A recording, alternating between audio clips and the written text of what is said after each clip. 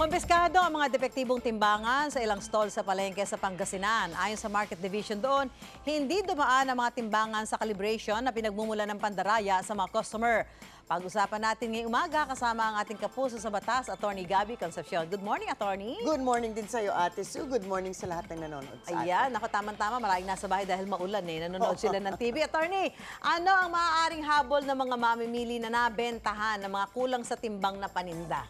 Well, maaari magkaroon ng kaso para sa mga panloloko na ganyan sa ilalim ng ating Consumer Act. Actually, in May 2022, pinirmahan ng Republic Act 11706 ang Timbangan ng Bayan Law kung saan talaga pinupunteriya ang mga mandaraya, mga tindero-tindera na niloloko ang mga mamimili by tampering yung kanilang mga weighing scale. Actually, matagal na talaga ang practice na to, pero siguro walang natatakot dahil sa ilalim ng dating batas. Parang ang fine yan, 200 to 500 pesos lamang ang fine. Lalo sa mga first-time offenders, pinakamalaki na siguro ang 1,000 pesos. Dating araw, kahit nakumpiskahin halimbawa ang kanilang tindahan, maglalabas lang ng bagong timbangan na madaya pa din. Sa pang-araw-araw na panaloko, madaling makipagsapalaran sa fine kasi nga, mas malaki ang magiging tubo nila sa pandaraya gamit ang madayang timbangan, di ba? So, sa ilalim ng bagong batas, tinaasan na ang penalty para sa mga mandarayang to 50,000 to 300,000 or imprisonment of 1 to 5 years or both. So, sa ilalim ng Republic Act 11706, dapat din ang mga LGU, sinisiguro nila na mayroong mga timbangan na bayan. Meron silang timbangan ng bayan centers sa palengke, tiangge, supermarket. Para merong mga timbangan na pwedeng i-check ng mamimili kung tama nga o hindi ang mga nabili nila.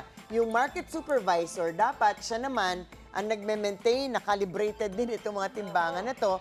At may talaan siya na doon kayo dapat magpunta para mag-weigh kung merong complaint at kung sino ang tindero o tindera na pinagbilhan nito.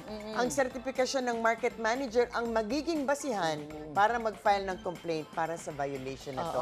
Ang tanong lang, meron na bang mga timbangan ng bayan center na malapit sa inyo? Dapat sa palengke meron, sa lahat ng palengke para mapatupad yan. Actually, ako nga meron akong isang timbangan sa bahay kasi kung minsan nagsa-spot check ako kung tama o hindi. Nako, pag namamalengke ako, pagkaduda ako sa timbang, talagang tinitimbang ko yan.